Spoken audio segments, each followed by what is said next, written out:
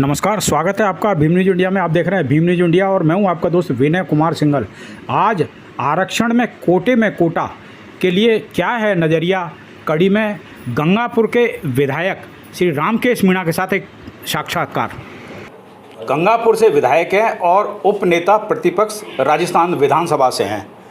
स्वागत है Bhim news India में सर आपका। धन्यवाद सर, आपसे एक आज की तारीख में वर्तमान में एक ज्वलंत मुद्दा चल रहा है जो कि माननीय सर्वोच्च न्यायालय ने व्यवस्था दी है। जी हाँ। कोटे में कोटा जी, और एडवाइस दी है क्रीमी लेयर जी। आपका क्या ओपिनियन है?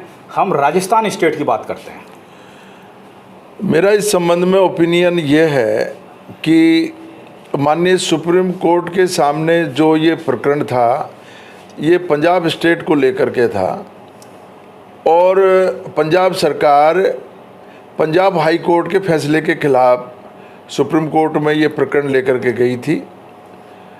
माननीय सुप्रीम कोर्ट ने अपने ही फैसलों को बदल करके, जो उन्होंने 2004 में दिया था कि भाई कोटे में कोटा आरक्षण नहीं दिया जा सकता, उन सारे फैसलों को पलट करके और ये फैसला अभी दिया है। क्रीमी लेयर का जो सुझाव है उनका, वो केवल सुझाव है, बाकी कोटे में कोटे का आरक्षण का जो उनका निर्णय है वो निर्णय दे करके और उन्होंने इसको पूरे देश में एक तरीके से सरकारों को, स्टेट गवर्नमेंट को फ्री कर दिया है कि वो कोटे में कोटा आरक्षण दे करके और अपना जो भी उनको राजनीतिक हित जो उनको साधने हैं वो साधे। तो इसका इम्पैक्ट बहुत ज़बरदस्त पड़ने वाला है। स्टेट गवर्नमेंट्स अपनी राजनीतिक सुविधा के अनुसार जातियों को लड़ाएगी, एससी के लोगों में एससी वालों से लड़ाएगी, एसटी के लोगों को एसटी से लड़ाएगी और एक भयंकर संघर्ष की, वर्ग संघर्ष की सी स्थिति होगी, जाति संघर्ष की सी स्थिति हो जानी है। और मैं ये मानता हूँ कि ये आरक्षण को विवादित करने का एक तरीका जो आरएसएस ने बहुत लंबे समय से जो एक अपने टारगेट पे ले रखा था, वो उनका टारगेट आरएसएस का पूरा हो गया। और बीजेपी की जो सरकार अभी केंद्र में, जो केंद्र सरकार है, आदरणीय मोदी जी जो बार बार संविधान को नहीं छेड़ेंगे, आरक्षण को नहीं छेड़ेंगे, ये वादा करते हैं, लेकिन उन्होंने माननीय सुप्रीम कोर्ट के सामने जो लचर पैरवी की है, उससे साबित हो गया कि उनकी मंशा कहीं न कहीं अच्छी नहीं है और आरक्षण के खिलाफ उनकी मंशा है। और ये आदेश आते ही इससे हमारा जो संदेह है वो और ज़्यादा पुख्ता हो गया कि पूरे देश में आरएसएस ही एक ऐसा संगठन जिसने सबसे पहले इस फैसले का समर्थन किया और ये कहा कि हम स्टेट गवर्नमेंट से इन फैसलों को लागू करवाएंगे। तो मेरा इस संबंध में 2-3 जो है सुझाव है कि भाई स्टेट गवर्नमेंट्स के पास कोई ऐसे आंकड़े, क्योंकि जनगणना हुई नहीं है, जातीय जनगणना से आरएसएस आज भी परहेज कर रहा है। आज भी आरएसएस का जो सुनील आम्बेकर साहब का जो बयान आया है, उसमें वो जातीय जनगणना से किनारा करते हुए दिखाई दे रहे हैं। कई तरह के बैरियर्स लगा करके ये राजनीतिक फ़ायदा, ये नहीं होना चाहिए, ये नहीं होना चाहिए। अरे भाई, जातीय जनगणना अगर हो जाएगी, इस देश में किसकी जनसंख्या कितनी है और कितने हक और अधिकार उनको मिल रहे हैं, तो ये सब चीज़ें क्लियर हो जाएगी। तो मेरा ये मानना है कि जो आरएसएस जातीय जनगणना का विरोध कर रहा है, बीजेपी जातीय जनगणना का विरोध करती है, वो इसलिए घबराए हुए हैं कि इससे उनके हिंदुत्व का जो एजेंडा है वो फेल हो जाएगा। और राहुल गांधी जी ने पूरे देश में जो जातीय जनगणना की जो मांग कर रखी है कि जातीय जनगणना होनी चाहिए, क्योंकि 90% लोग, इस देश की जो 90% आबादी है वो सिस्टम से बाहर है। सिस्टम से आउट करने का जो हजारों साल से जो ये तरीका इन लोगों ने ढूंढ रखा है, वो तरीका अब चलने वाला नहीं है। एसटी, एससी, ओबीसी ये सब लोग जागृत हो चुके हैं। आज मैं आपको कहना चाहता हूँ 45% आबादी जो है ओबीसी की है, 20% माइनॉरिटी की है, जिसमें हमारे जैन है, बौद्ध है, मुस्लिम है, और 8.5 से 9% आबादी, लगभग 9% आबादी एसटी की है, और 18%, 16 थी जिसको आज 18 हो गई, 18.5 हो गई, 18.5% की आबादी लगभग जो है एससी की है। तो ये जो 10% लोग हैं सवर्ण जातियाँ, ये 10% 90% सिस्टम को हैक कर रखा है, और जैसे ही जातीय जनगणना होगी ये 90% जो हैक कर रखा है ये उनके दायरे से निकल जाएगा। इसलिए ये लोग जातीय जनगणना का विरोध करते हैं। और मैं कहना चाहता हूँ, आज आप देख लीजिए।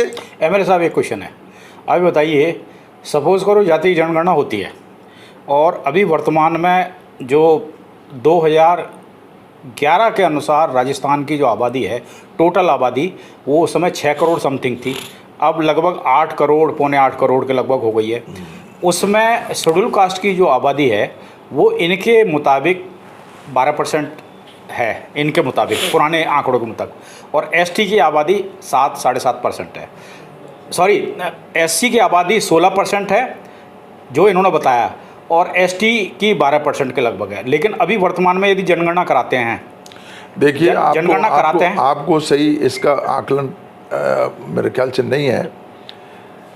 ये हम लोगों को नेहरू जी ने एसटी को आरक्षण दिया था 51 में 5%, एससी को दिया था 10%।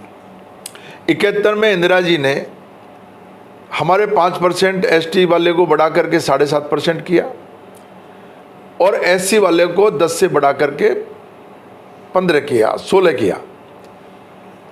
आज 71 के बाद में आप समझ लीजिए कोई जनगणना, क्योंकि ये जनसंख्या के अनुपात में हमको रिजर्वेशन का संवैधानिक अधिकार है, और हमारी जनसंख्या अभी एससी की जनसंख्या लगभग 19% के लगभग हो चुकी है, 19%। रिजर्वेशन 12% है, और रिजर्वेशन हमारा 12%, एससी का अभी 16%, एसटी का 12% है, और एसटी का 12%। एसटी की जनसंख्या कम से भी कम 15% हो गई है। ठीक है। तो सबसे पहले हमारी मांग ये है स्टेट गवर्नमेंट से और सेंट्रल गवर्नमेंट से कि भाई जो कुछ फैसला है, जो लागू करना है करिए, लेकिन उससे पहले आप जनगणना कराओ।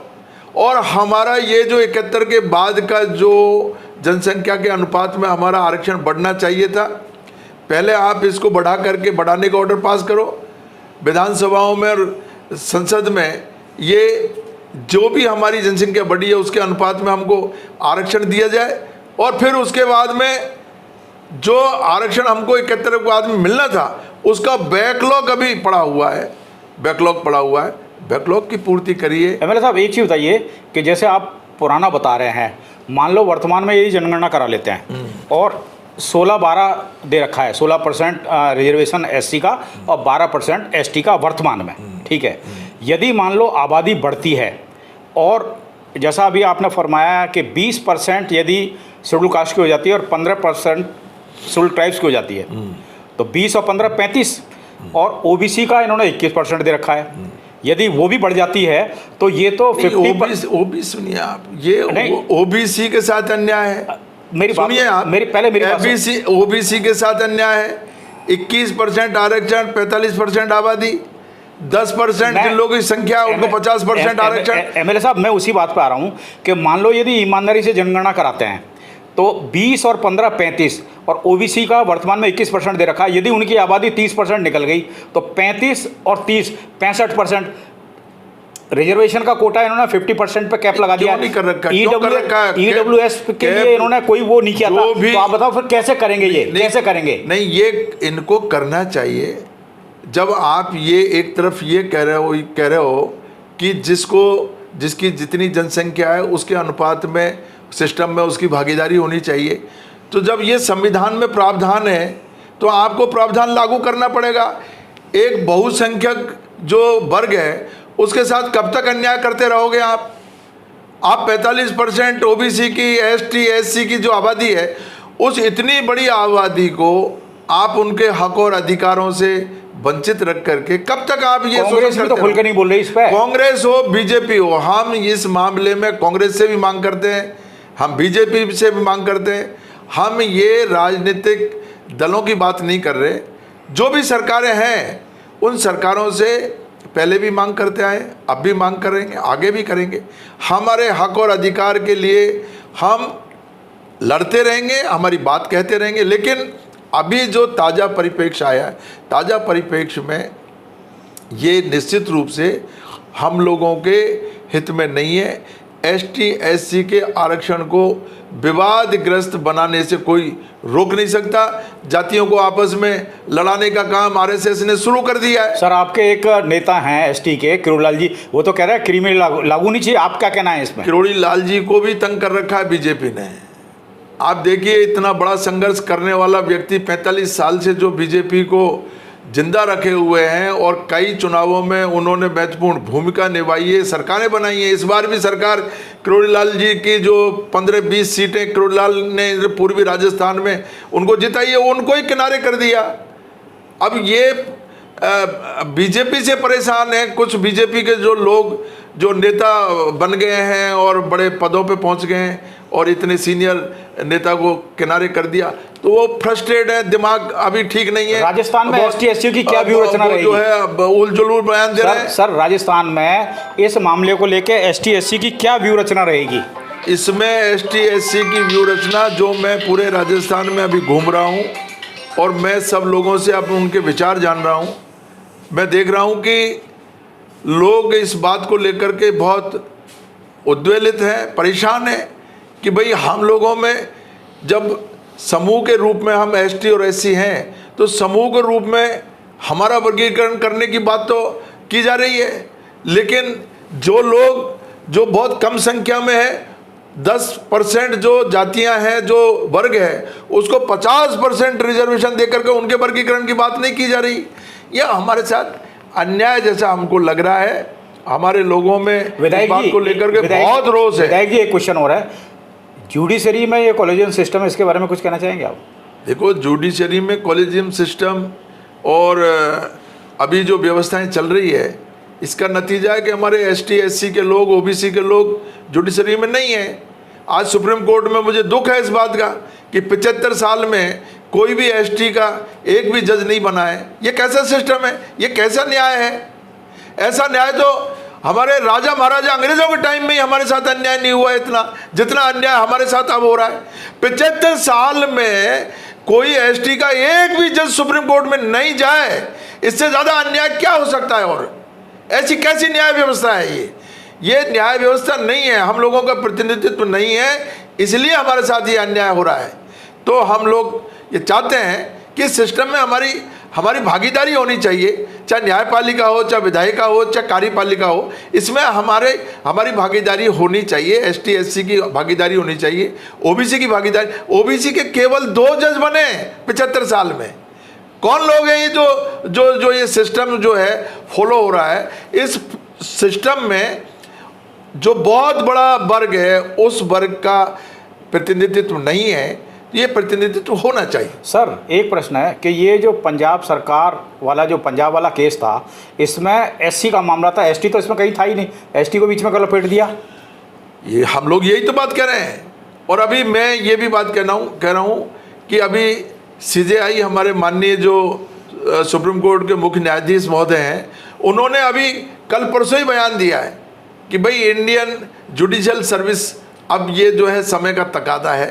तो ये हम लोग नहीं कह रहे, ये तो एक पूरे हिंदुस्तान से आवाज़ उठ रही है, पूरे हिंदुस्तान से आवाज़ आ रही है कि जुडिशरी में भी पारदर्शिता और जिस तरह अखिल भारतीय सेवाओं में जो है प्रतियोगी परीक्षाओं के माध्यम से लोग जा रहे हैं, इस तरह का अगर सिस्टम हो जाता है और उसमें आरक्षण की व्यवस्था हो जाती है, तो निश्चित रूप से हम लोगों को इसमें न्याय मिलेगा। हमारे लोग भी इसमें एसटी एससी ओबीसी के लोग भी इसमें जाएंगे, तो भागीदारी जो है बढ़ेगी।